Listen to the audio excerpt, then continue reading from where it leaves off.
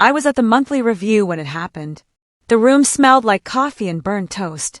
My screen showed the live dashboard. My boss, Mr. Hale, was talking about numbers. Then Marin stood up and said, "Layla leaked client data." She said it like a joke, then smiled. My heart stopped. I stared at her. She pointed to my employee ID on the dashboard. The screen flashed a red alert, unauthorized export. I felt cold. I said, "No, that's not me." She kept talking, louder now, saying I copied files to a thumb drive. People turned. My hands shook. Mr. Hale asked me to explain. I opened my mouth, but my voice was tiny. Marin quoted an HR email that said there was evidence. HR's rep, Claire, closed her laptop and said she had to act. They escorted me out. My protest stuck to my throat. Outside the glass, someone filmed my face with a phone. I begged for a review. Claire said policy forced immediate suspension, then termination if proven. They took my badge. I felt the world tilt. My stomach dropped. I had people relying on me. I felt stomped, betrayed, humiliated. The meeting room light buzzed like a knife as they shut the door. I walked through the parking lot in a daze. My hands still felt like they did when falling off a bicycle. I called my sister and could not make the words right. "They fired me," I said finally. She cried. I cried a little later on the couch at home. My mind replayed Marin's face, calm and sure. I tried to think of any mistake I had made. None fit. I remembered a small argument 3 months ago when I beat Marin for a project lead. She had smiled then, too, but cold. I dug out old emails. My name on a thread. Everything looked normal. Then I noticed the export log from last week had a new line, a timestamp that matched a meeting I led. I did not export anything.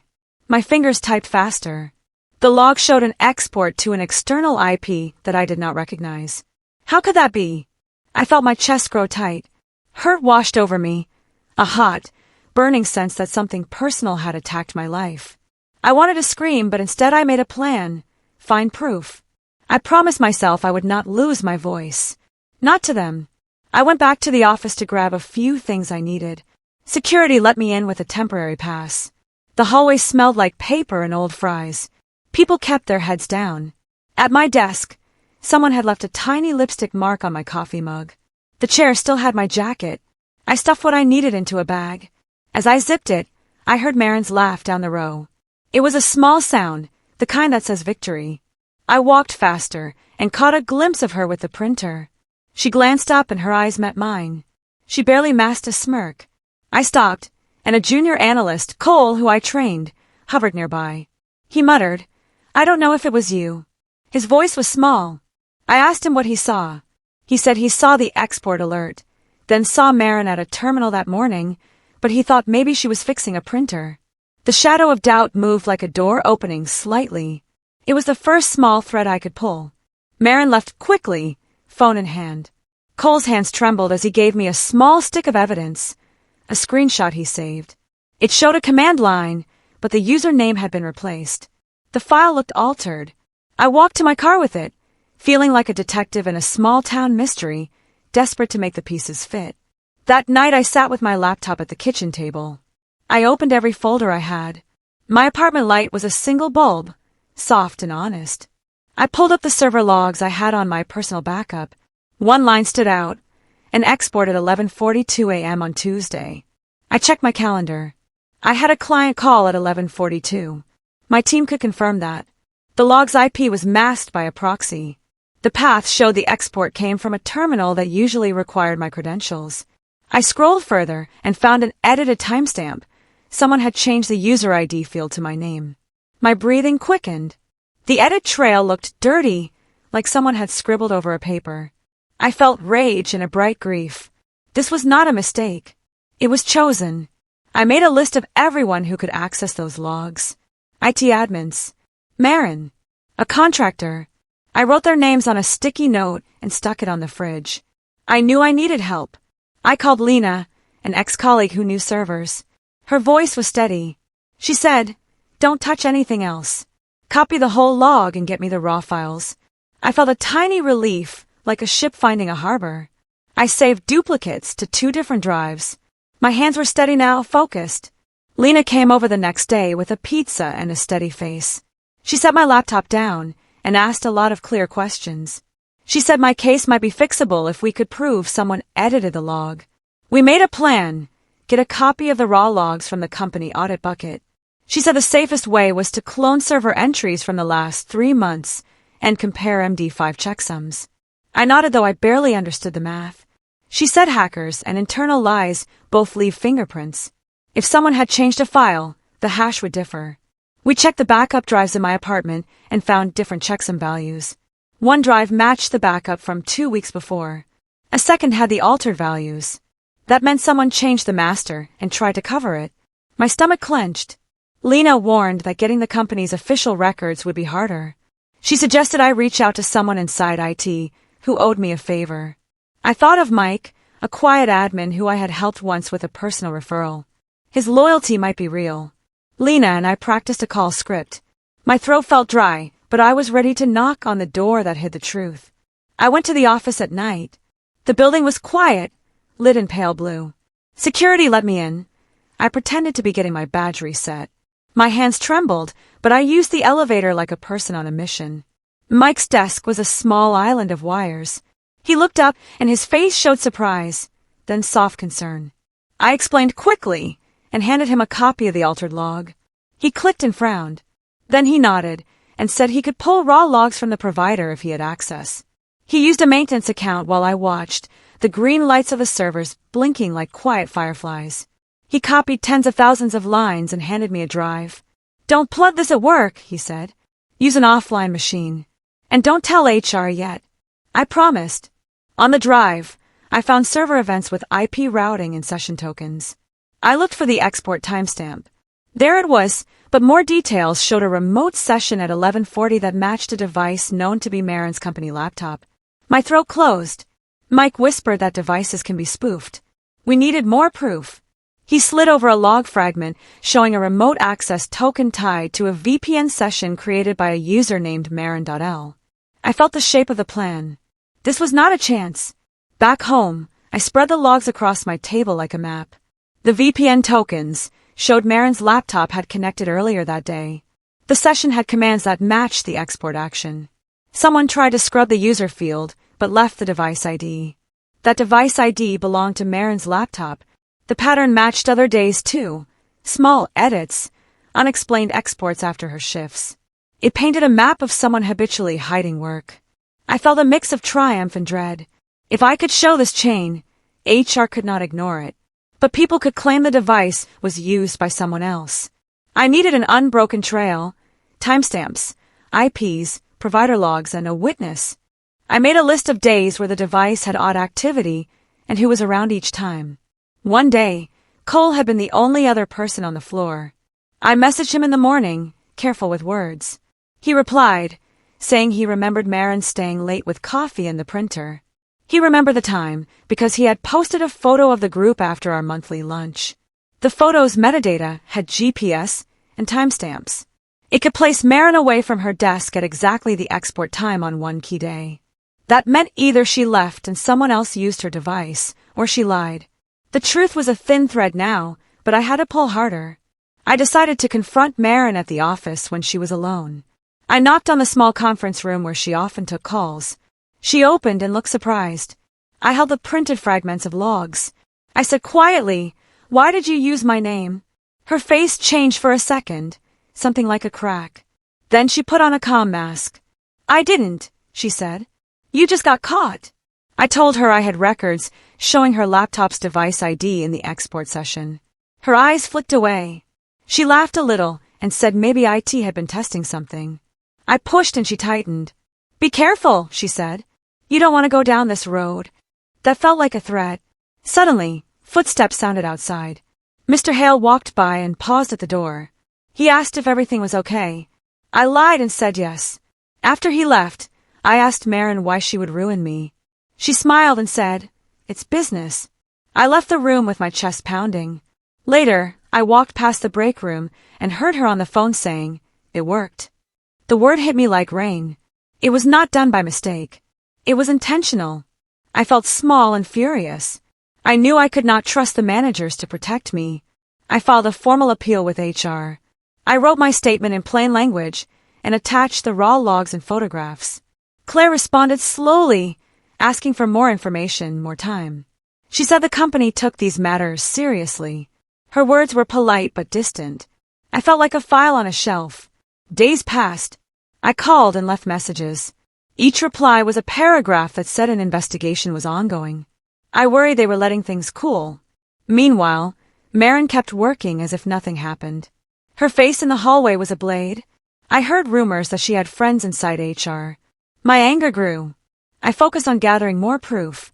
I found an audit trail in a forgotten file that showed someone logged into a machine at 11:35, then launched a remote client at 11:40. The client session was signed with a certificate issued to Maren's company laptop. I printed the audit trail. I handed a copy to Cole, asking him to hide it in a safe place. He whispered that he feared for his job. I promised him I would protect him.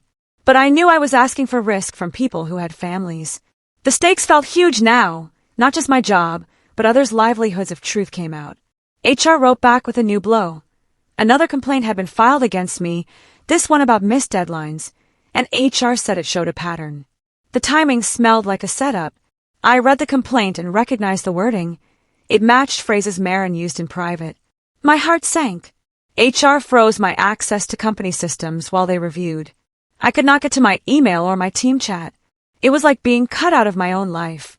I scrambled to get contact details from my notebook and called vendors directly. They were polite but cautious. My attorney friend, Layla, told me to gather everything I had into a timeline and to document every call. I did, with long lists and timestamps. I set alarms and took photos of my calendar. Each new complaint felt like someone pushing a nail deeper into my hand. But I noticed something. The complaint used meeting notes that had been edited. The edits had a distinctive phrasing Maren used when she rewrote team memos. It was small but it fit. I saved it like a fossil. I also realized the company kept saying investigation, but they were also letting Maren stay on the team, giving her space to interfere. That felt unfair and dangerous. I wrote a message to HR insisting on an external review. Their reply said it was under consideration. I waited. Layla advised me to hire counsel formally. She said my best option was to get a lawyer who knew employment law and data forensics. I found a small firm that took cases like mine. They asked for everything I had. They looked at the logs and said the edits were deliberate. They also found a policy loophole. HR could terminate quickly for data breaches without full audit if they believed the evidence. That explained why they had acted fast. The lawyer, Mr. Ortiz, said we could demand a forensic audit and file for wrongful termination if HR refused. He also suggested sending a cease and desist to prevent destruction of evidence. We sent a letter to HR and copied the company legal counsel. HR replied within a day and said they would not destroy evidence and agreed to a limited external audit. I felt a small win. But then HR asked me to sign a confidentiality agreement in exchange for a small severance. They offered a number that would keep me quiet. I read it and felt sick. It would close my mouth and let Maren walk free. I told Mr. Ortiz I refused. He smiled with relief. Good, he said. This shows you want the truth. I felt steadier. The lawyer would be my shield, and the case could not just be swept under a rug now. HR tried a different tactic. Quiet offers and slow replies. They asked me to come in for a meeting to discuss options. I went with Mr. Ortiz. Claire sat across from us with 2 folders. She spoke softly and told me the company wanted to settle. Sign this and no lawsuit.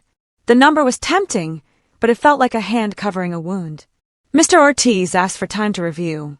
Behind Claire's polite smile, I saw doubt. She said the external auditor had been asked to look at the logs.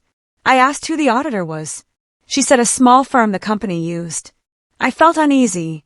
If they chose someone friendly, nothing would change. Mr. Ortiz demanded an independent auditor. Claire hesitated but did not refuse. Later at home, I found an old voicemail where Maren had said, joking, "If I can't have the lead, I'll make them fire her." The recording was from months ago, a bad joke at a party. It felt damning. I played it for the lawyer. He said it was not perfect, but it could help. I thought of the silence my neighbors would keep if I failed. I began to prepare for a battle that might last months. My life already felt hollow. Work has been my light. Now that light flickered, and I wanted it back. I kept a private timeline. Every email, every call, every log file went into a locked folder. I wrote down who said what and when. One night I discovered an audio file on my phone from a meeting I had recorded for notes. It was short, just background noise and my voice. I almost deleted it, but then I heard a whisper. It was Marin's voice, close and quiet, saying, "We'll push the data story next week." That'll close her. My blood ran cold. The recording was muffled but clear enough. It placed intent where I needed it. I gave it to Mr. Ortiz. He said we could ask the court for preservation orders and to subpoena log data and communications. That would force the company to hand over server records and email headers. He warned it might make the case public. I nodded. I wanted the truth out. The lawyer filed emergency motions to preserve evidence. HR answered with legal-sounding promises but no substance. Marin sent a terse message through a coworker asking if I was bothering HR. I wanted to reply cruelly but kept my calm. I had a record now, and that changed everything. The whisper on my phone felt like a small, hard stone that could sink a boat. Mr. Ortiz dug deeper. He subpoenaed the company's server provider for session logs and timestamps. The provider sent records showing remote sessions with token IDs matching Marin's device on the day of the export. The provider also gave geolocation data showing the device was on the company floor at the time. HR seemed surprised. Claire called a meeting to ask questions. I sat with my lawyer and watched people look uncomfortable. Marin denied everything and claimed she had only used her laptop for a software update. The provider's records, though, included an unusual outgoing connection to an external IP just after a script ran. That script matched the export command. My stomach flipped. Marin's face tightened. She began to stutter. Then she changed tactics and said the provider's records were forged. I felt anger like a hot wave. Mr. Ortiz pointed out the digital chain of custody. He said the provider had certified the logs. HR asked for time to consult legal counsel. The delay felt like a shield for Marin. Still, the provider's records made it hard for HR to pretend there was no evidence. I felt the tide turning. But Marin's next move would be important. I braced myself. After the provider's records arrived, Marin tried to push the narrative that someone else must have had access to her device. She showed a login history claiming her laptop was in her car during the export. Her story needed witnesses. HR seemed to listen. I felt panic again. Then the intern, Jamie, stepped forward. He had been quiet until then. He told HR he had seen Marin at her desk right before the export, and he had taken a photo of the team celebrating a small win. He brought the photo with timestamp metadata embedded. It showed Marin smiling at a desk exactly when the export occurred. His voice shook as he spoke. HR's posture changed. They asked for the raw photo file. Jamie gave it without hesitation. The image's metadata matched the provider's logs. My heart leaped. The pieces slotted together. Marin's device had been used, her session matched the export, and the photo placed her physically present. HR could no longer claim this was accidental. I felt a dizzy, fragile hope. Mr. Ortiz smiled softly, like someone watching a plan work. Marin's eyes darted around the room. She tried to compose herself, but I saw the fear. This was the first moment she looked trapped. HR called a private meeting with Marin.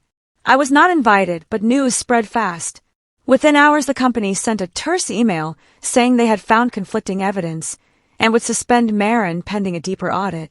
I felt both relief and wary suspicion. People whispered in the hallways. Some colleagues came to me with soft apologies and stories of small slights Marin had done to others.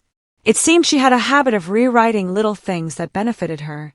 HR's audit team showed me that some internal logs had been altered and that metadata had been stripped on certain documents. The company hired an independent auditor with a solid reputation. Claire personally apologized for the initial handling and asked if I would come back. I stayed cautious. Mr. Ortiz reminded me that investigations can stall or be swept under if the company feared bad press.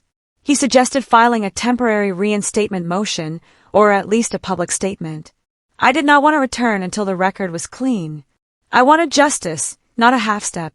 The tide was with me now, but I felt the need to push until the truth was absolute. Marin fought back. She called the provider's report fake and hired counsel. She claimed someone had been framing her by spoofing device IDs. The company found itself in a tug-of-war. HR seemed to wobble. They opened an internal hearing. The hearing had formal questions and sworn statements. I watched Maren sit rigid, answering slowly, trying to sound plausible. Her lawyer attacked the provider logs and said the chain of custody was broken. I felt my chest tighten again. Mr. Ortiz countered with a recorded whisper and the photo. He also presented the pattern of edits over months. The auditor testified about unexplained metadata gaps. The truth looked like a net closing. HR's committee asked tough questions. The room felt cold and electric. At one point, Maren's poker face split for a half second and I saw panic. Then she offered a new twist.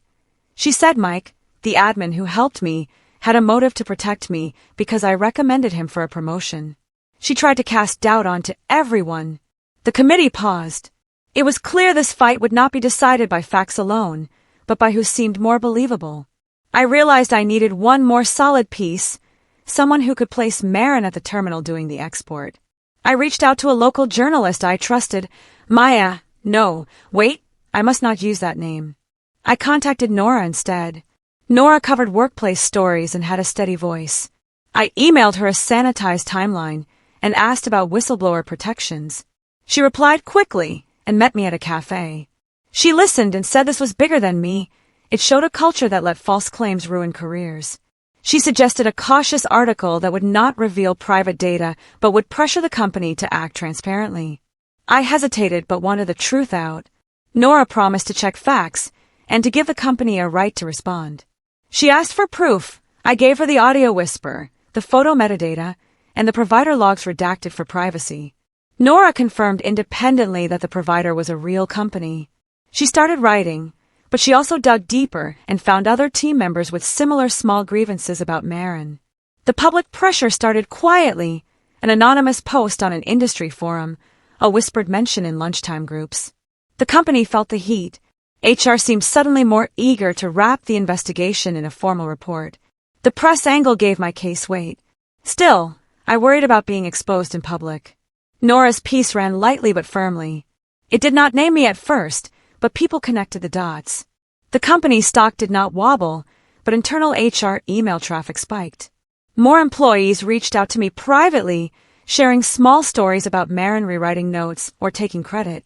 One former teammate sent a list of times he had been undermined. These added up. The company announced it would conduct a full external audit and promised to share findings. Maren grew desperate. She tried to pull a last card, a forged email that claimed she had warned HR earlier about a potential data hole. The forged email had sloppy grammar and lacked digital signatures. Mr. Ortiz had a specialist analyze the headers and proved it was faked. That was a turning point. The company could see the pattern of deception. HR's tone changed from neutral to firm. They placed Maren on unpaid leave and began a termination review. I felt relief, but also a deep sadness for the wasted months and the stress. The process had cost me sleep and peace. I thought about how easily careers could be wrecked by lies and how fragile trust was in a workplace. During an informal investigation, someone uncovered a motive. Maren had been passed over for a promotion 2 years ago. I had won that role on merit. She had resented me in private notes and kept a small journal of slights. The audit found a long note where she wrote about taking back what she felt was stolen.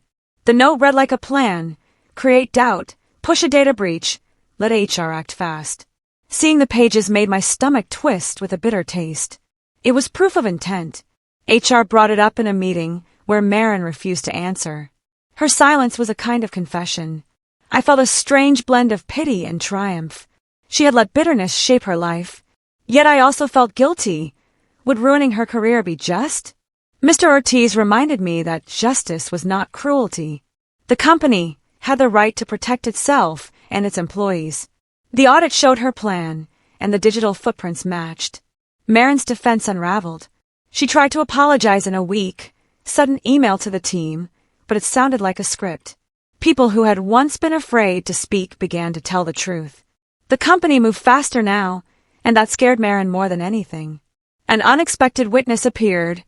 Hannah, a contractor who had been in the office that day. She had been quiet during the hearings, but then she came forward with a photo she had taken during a coffee break. The image captured the backs of people at their desks and included Marin's laptop screen in the background. The photo's angle was small but clear. On the screen, a command window showed the export operation in mid-run. Hannah did not realize its value until Nora's article prompted her to look again. She handed the original file to the auditor. The meta showed no signs of tampering. This picture tied the device to the action in a way that the logs alone could not. The room held its breath as the auditor showed the image. Marin's face went pale. She could not explain the photo away. It was a clean, small piece of truth in a messy pile of lies. The committee recommended termination. HR prepared the paperwork. I felt dizzy with relief. Still, I knew the legal path was not over. A civil suit could follow. But the main mistake was being corrected. People hugged me in the hallways like after a storm clears. I felt overwhelmed and a little unreal. HR reopened the case in full and offered a formal apology. They asked me if I wanted reinstatement. I thought about the fatigue, the broken trust, and the months of uncertainty. Mr. Ortiz suggested seeking a settlement and firm policy changes to prevent future injustice. I asked for 3 things: official reinstatement or a clear record of wrongful termination, damages for lost wages and emotional harm, and a promise from the company to change HR procedures for faster, fairer investigations. The company agreed to an independent review board and to disciplinary action against those who mishandled the case. They also agreed to discipline Marin. She protested, hired more counsel, and said the company was overreacting. The board's review, however, supported my claims. The company publicly acknowledged mistakes in handling the case and promised transparency. The world felt softer. People sent messages of support, and even the quiet ones at work offered coffees. I felt my voice returning and the strange pleasure of being believed. Yet the next step would be legal, to close the loop and secure a civil judgment. The committee's report was brutal for Marin. It showed emails, logs, and photos. It concluded the firing was wrongful and recommended reinstatement and restitution. HR presented the findings to the executive team. The company offered Marin termination for cause. She was escorted out of the building on a gray Tuesday. It felt surreal to watch someone I had known for years leave under guard. The day after, the company put out a statement admitting fault in the handling and announcing policy reforms. I returned to the office with cautious optimism. People cheered quietly as I sat at my desk again. The work felt the same, but my chest was lighter. Mr. Ortiz filed a civil suit for damages and loss of reputation. It was not about revenge. It was about making a record, so this could not be done to someone else easily. The media covered the story in small pieces. Nora wrote another article about the need for better HR practices. My life did not flip back like a switch, but the balance began to tilt toward healing. Marin's legal fight continued, but her position was weak. The civil suit moved slowly, lightened by HR's report and the provider's logs. She faced not only termination but possible charges for falsifying records. In private, I thought about whether to press charges personally. Mr. Ortiz advised focusing on the civil claim for now. Criminal matters would be left to authorities if they wanted to pursue them. I wanted closure more than vengeance. The damages awarded were fair, enough to cover lost wages, and a public apology, plus funds to support mental health. The company agreed to adopt new policies, external audits in serious cases, whistleblower protections, and faster freezes on suspect documents to prevent destruction. We also set up training for HR to handle bias. I felt proud that my pain would change procedures. The settlement included a clause that the company would publish anonymized details to teach others. Marin sued back for defamation, but her case crumbled under the weight of proof. She faded from our office life like a bad chapter closed. I tried not to gloat. I wanted to heal. Still, there was a firm satisfaction that truth and process had found each other. Months later, I stood at a company town hall where leaders spoke about the reforms. I listened and felt the room shift toward safety. I had worried that returning would hurt, but my team welcomed me. HR presented the new pathways for disputes and transparent audits. They thanked me for my patience and courage. I thought of the nights I cried and the little victories that built to this. I filed the civil suit and the court awarded damages and required the company to publish its new policy. I used part of the award to support a nonprofit that protects workers' rights. The public lesson mattered more than the money. I also kept working in technology, but I pushed for small, sensible checks and for kindness. Marin's firing was firm and legal, not cruel. I felt no joy in her ruin, only relief that justice had been served in a fair way. The wounds healed slowly. I slept better. The world felt steadier. I had lost time but gained a voice that would help others. I had been crushed by a lie, but I helped build a system that would make it harder for the next person to fall. If you enjoyed this story, please subscribe to my YouTube channel and tap the bell to get notified the moment we drop a new story, and don't forget to like the video to help others find it.